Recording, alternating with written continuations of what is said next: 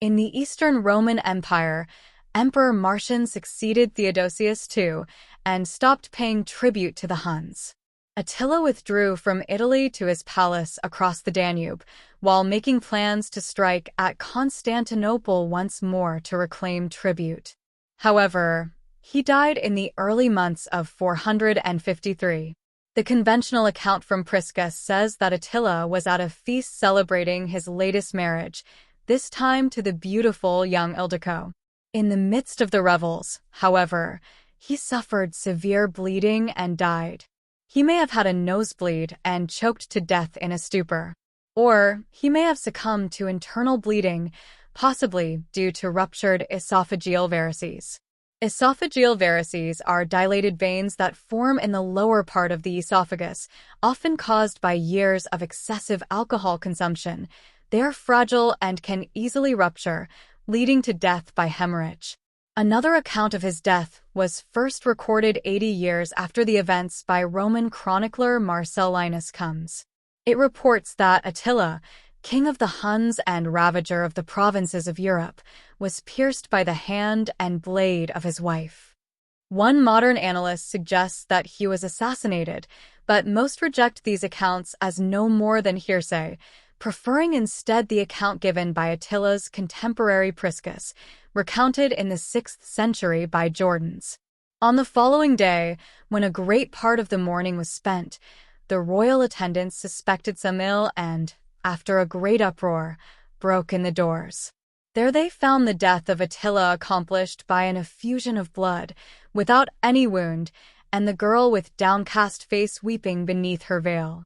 Then, as is the custom of that race, they plucked out the hair of their heads and made their faces hideous with deep wounds, that the renowned warrior might be mourned, not by effeminate wailings and tears, but by the blood of men. Moreover, a wondrous thing took place in connection with Attila's death. For in a dream some god stood at the side of Marcian, emperor of the East, while he was disquieted about his fierce foe, and showed him the bow of Attila broken in that same night, as if to intimate that the race of Huns owed much to that weapon. This account, the historian Priscus says he accepts upon truthful evidence. For so terrible was Attila thought to be to great empires that the gods announced his death to rulers as a special boon. His body was placed in the midst of a plain and lay in state in a silken tent as a sight for men's admiration. The best horsemen of the entire tribe of the Huns rode around in circles, after the manner of circus games, in the place to which he had been brought, and told of his deeds in a funeral dirge in the following manner. The chief of the Huns, King Attila, born of his sire Mundiuch, lord of bravest tribes, sole possessor of the Scythian and German realms, powers unknown before, captured cities and terrified both empires of the Roman world and, appeased by their prayers, took annual tribute to save the rest from plunder. And when he had accomplished all this by the favor of fortune, he fell, not by wound of the foe, nor by treachery of friends, but in the midst of his nation at peace, happy in his joy, and without sense of pain. Who can rate this as death, when none believes it calls for vengeance? When they had mourned him with such lamentations, a strava, as they call it, was celebrated over his tomb with great reveling. They gave way in turn to the extremes of feeling and displayed funereal grief alternating with joy. Then in the secrecy of night they buried his body in the earth. They bound his coffins, the first with gold, the second with silver, and the third with the strength of iron, showing by such means that these three things suited the mightiest of kings: iron, because he subdued the nations; gold and silver, because he received the honors of both empires. They also added the arms of foemen won in the fight, trappings of rare worth, sparkling with various gems, and ornaments of all sorts whereby princely state is maintained.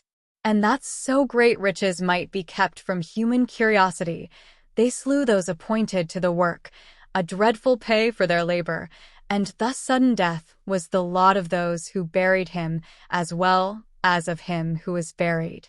Descendants. Attila's sons Elik, Dengizic and Ernak. In their rash eagerness to rule, they all alike destroyed his empire. They were clamoring that the nations should be divided among them equally, and that warlike kings with their peoples should be apportioned to them by lot like a family estate. Against the treatment as slaves of the basest condition, a Germanic alliance led by the Gepid ruler Ardaric, who was noted for great loyalty to Attila, revolted and fought with the Huns in Pannonia in the Battle of Nideo in 454 AD. Attila's eldest son Elik was killed in that battle. Attila's sons, regarding the Goths as deserters from their rule, came against them as though they were seeking fugitive slaves, attacked Ostrogothic co-ruler Valamir, who also fought alongside Ardaric and Attila at the Catalonian plains, but were repelled, and some group of Huns moved to Scythia, probably those of Ernak. His brother Dengizic attempted a renewed invasion across the Danube in 468 AD, but was defeated at the Battle of Basciani by the Ostrogoths. Dengizic was killed by Roman Gothic general Anagas the following year, after which the Hunnic dominion ended.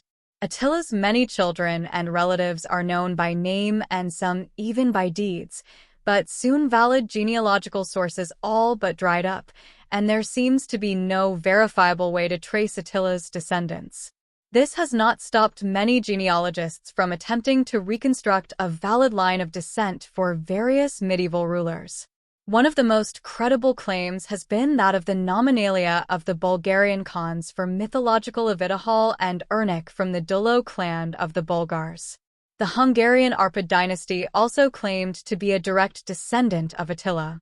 Medieval Hungarian chronicles from the Hungarian royal court like Gesta Hungarorum, Gesta Honorum et Hungarorum, Chronican Pictum, Buda Chronicle, and Chronica Hungarorum claimed that the Arpad dynasty and the Aba clan are the descendants of Attila.